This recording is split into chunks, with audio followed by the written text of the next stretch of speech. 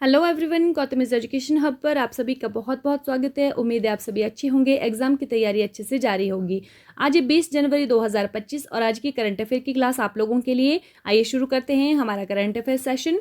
हाल ही में भारत और किस देश ने राजनयिक संबंधों की 60वीं वर्षगांठ मनाई है? Recently India and which country celebrated the 60th anniversary of diplomatic relations? तो इसका सही आंसर हमारे पास होने वाला है सिंगापुर। तो भारत और सिंगापुर के जो डिप्लोमेटिक रिलेशन है उनको 60 वर्ष पूरे हो चुके हैं, इसीलिए इन्होंने 60वीं वर्षगांठ यहाँ पर मनाई है। तो आइए देखते हैं कि जो सिंगापुर के राष्ट्रपति, कल ही हम लोगों ने पढ़ा था कि सिंगापुर के राष्ट्रपति कौन है, थरमन षणमुगरत्नम, और ये अभी भारत की 5 दिवसीय यात्रा पर आए थे। तो आपको ध्यान रखना है, ये ऐसे जो क्वेश्चन हैं इनको पूछा भी जा सकता है कि थरमन षणमुगरत्नम कौन है जो हाल ही में चर्चा में रहे हैं, तो वहां पर आपको पता होना चाहिए कि कौन से देश के राष्ट्रपति हैं। नेक्स्ट है, हाल ही में किस देश के संविधान से धर्मनिरपेक्षता शब्द को हटाया जाएगा? Recently the word secularism will be removed from the constitution of which country? तो इसका सही आंसर हमारे पास होने वाला है बांग्लादेश। बांग्लादेश के संविधान से ये जो धर्मनिरपेक्षता शब्द है उसे हटाने की मांग की गई है। बांग्लादेश में जो आप लोग जानते हैं कि बांग्लादेश में अभी जो शासन है वो किसका है? मोहम्मद यूनुस, जो कि नोबेल शांति पुरस्कार जिन्होंने की जीता था, विजेता थे वो। अभी वहाँ पर इस टाइम पे कोई भी प्रधानमंत्री नहीं है। तो जो नोबेल शांति पुरस्कार विजेता डॉक्टर मोहम्मद यूनुस प्रशासन द्वारा नियुक्त संविधान सुधार आयोग ने संविधान से धर्मनिरपेक्षता, राष्ट्रवाद और समाजवाद को हटाने की सिफारिश की।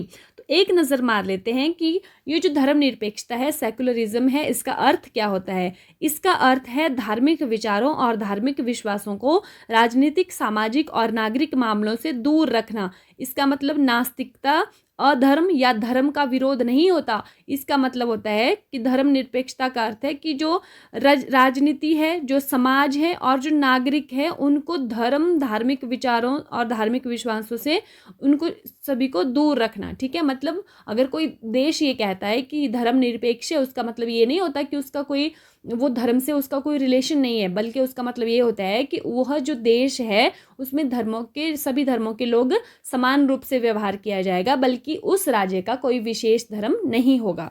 तो ये शब्द वहां से हटाने की बात की गई है। दूसरा शब्द है नेशनलिज्म, मतलब राष्ट्रवाद। तो इसका जो अर्थ है वह होता है अपने देश के प्रति वफादारी, गर्व और समर्पण की भावना। इसमें साझा राष्ट्रीय पहचान में विश्वास भी शामिल है। तीसरा जो शब्द है वो है समाजवाद। इसको हम सोशलिज्म बोलते हैं। एक राजनीतिक और आर्थिक सिद्धांत होता है जो उत्पादन के साधनों पर राज्य के स्वामित्व की वकालत करता है। मतलब ये समझ लीजिए कि अगर राज्य में कुछ भी प्रोडक्शन होती है तो वहाँ पर ये मान लिया जाता है इस शब्द के तहत कि भाई उस पर जो अधिकार होता है वो राज्य का होता है। मतलब राज्य क्या कर सकता है कि अगर उस देश में आर्थिक समानता लाने के लिए उन चीज़ों का बंटवारा करना पड़े, बराबर बराबर रूप से वितरित करना पड़े, क्योंकि सभी को समान वहाँ पर नागरिकों को बनाने के लिए, तो वो राज्य उसमें हस्तक्षेप करता है। उसी को हम समाजवाद कहते हैं, सोशलिज्म कहते हैं। ये पूंजीवाद का बिल्कुल उल्टा होता है। हाल ही में किस राज्य में डाक विभाग ने डाक विभाग सेवा में AI की शुरुआत की है? Recently in which the postal department has started the service AI। तो यह किसके द्वारा किया गया है? यह किया गया है बिहार के द्वारा। मतलब जो डाक सेवा है उसमें आर्टिफिशियल इंटेलिजेंस को इन्वॉल्व किया गया है बिहार के द्वारा। बिहार के मुख्यमंत्री की अगर हम बात करें तो नीतीश कुमार मुख्यमंत्री हैं और राज्यपाल यहाँ के आरिफ मोहम्मद खान हैं। नेक्स्ट क्वेश्चन है, हाल ही में किस देश के सुप्रीम कोर्ट पर हमला हुआ है? Which countries supreme court was attacked recently? तो यह किस देश के सुप्रीम कोर्ट पर हुआ है? यह हुआ है हमारे पास ईरान के सुप्रीम कोर्ट पर। ठीक है, तो ईरान के राष्ट्रपति हैं मसूद पेजेस्कियन और राजधानी यहाँ की तेहरान है। तो राजधानी तेहरान से ही यह रिपोर्ट जो है आई है कि यहाँ के सुप्रीम कोर्ट के जज पर हमला हुआ है, गोलीबारी हुई है। तो ये आपने ध्यान रखना है। नेक्स्ट है, हाल ही में 100 से अधिक यूनिकॉर्न के साथ तीसरा सबसे बड़ा स्टार्टअप इकोसिस्टम कौन बना है? Who has recently become the third largest startup ecosystem with more than 100 unicorns? तो इसका सही आंसर हमारे पास होने वाला है हमारा देश भारत। तो भारत में देखिए जो यूनिकॉर्न है वो 100 से ज़्यादा हो चुके हैं, इसलिए यह तीसरा स्टार्टअप इकोसिस्टम बन चुका है। अगर हम बात करें पहले स्थान पर कौन है, अमेरिका है, और दूसरे स्थान पर है चीन है। नेक्स्ट है, हाल ही में ओडिशा सरकार ने फिनटेक हब स्थापित करने के लिए किस देश के साथ समझौता किया है। Recently the Odisha government has signed an agreement with which country to set up fintech hub. तो यह किसके साथ किया गया है, यह किया गया है सिंगापुर के साथ। ठीक है, किसने किया है, ओडिशा ने किया है, सिंगापुर के साथ किया है फिनटेक हब स्थापित करने के लिए समझौता। अब ये फिनटेक हब क्या होता है इसको समझ लेते हैं।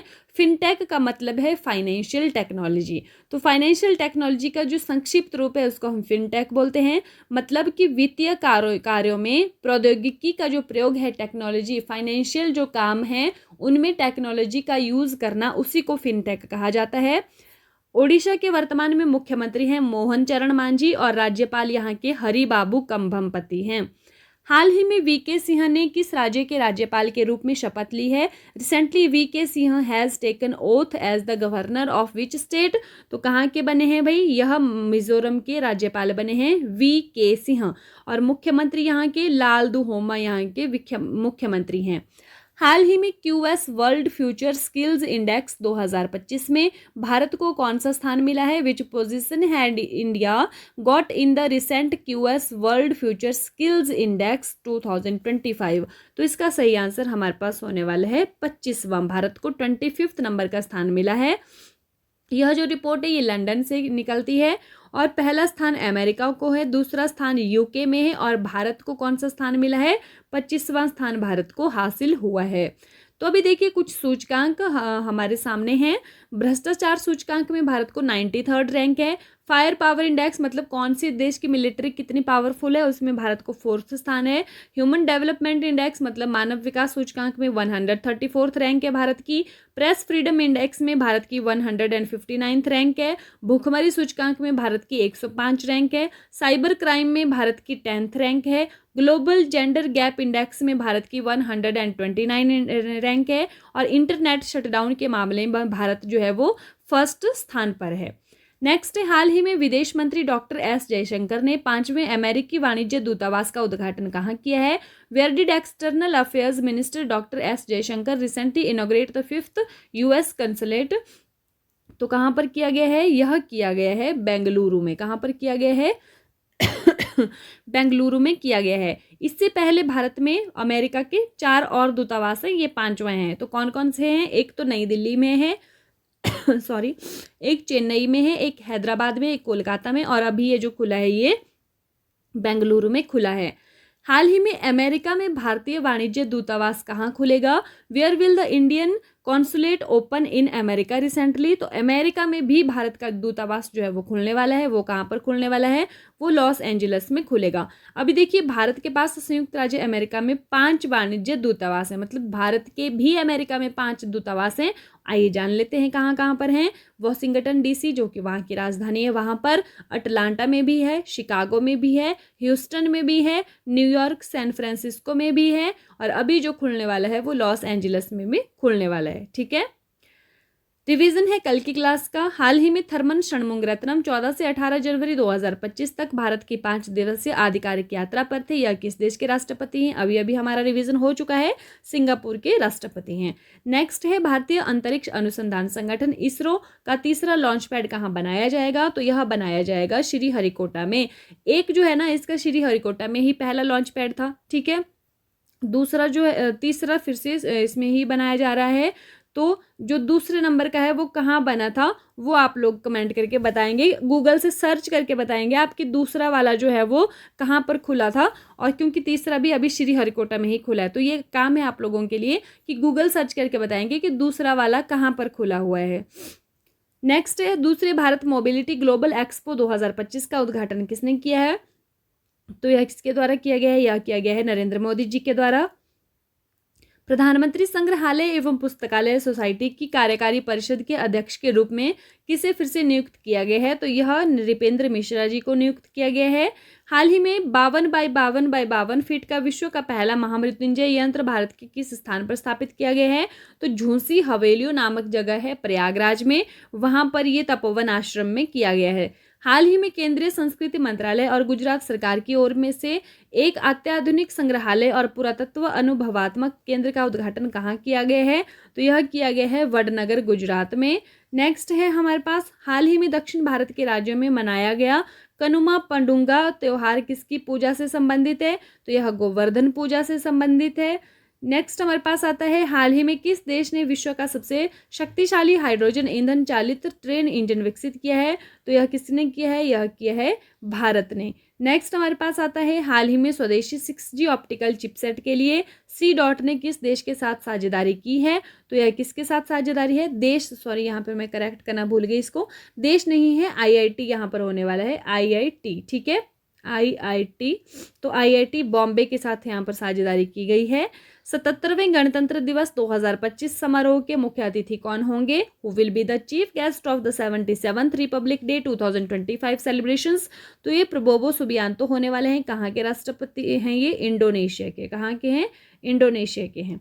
नेक्स्ट देखिए, लास्ट वीडियो में आप लोगों से क्वेश्चन पूछा गया था कि अमेरिकी पत्रिका ट्रैक एंड फील्ड न्यूज़ द्वारा किस भाला फेंक खिलाड़ी को 2024 का सर्वश्रेष्ठ भाला फेंक एथलीट नामित किया गया है? Which javelin thrower has been named the best javelin throw athlete of 2024 by US magazine Track and Field News? तो इसका सही आंसर हमारे पास होने वाला था नीरज चोपड़ा। आप लोगों ने कमेंट भी किया था, सही। आज की वीडियो का आप लोगों के लिए क्वेश्चन, हाल ही में वावधराद किस राज्य का नया जिला बनाया गया है? तो Vav Tharad, recently Vav Tharad has been made a new district of which state? तो कहाँ का बनाया गया है? ये आप लोग कमेंट करके बताएंगे। ऑप्शंस आपके पास हैं, गुजरात, मध्य प्रदेश, केरल या फिर अरुणाचल प्रदेश। कौन से नंबर का जिला बना है? किस जिले से काट कर बनाया गया है? अगर आप ये भी लिखते हैं तो मुझे बहुत खुशी होगी। इसी के साथ जो आज की क्लास है यहीं पर समाप्त होती है। Thank you and have a nice day. खुश रहिए, अपना ख्याल रखिए, अपनी तैयारी को डे बाय डे मजबूत रखिए। मिलते हैं कल की मॉर्निंग वाली क्लास में, तब तक के लिए बाय बाय।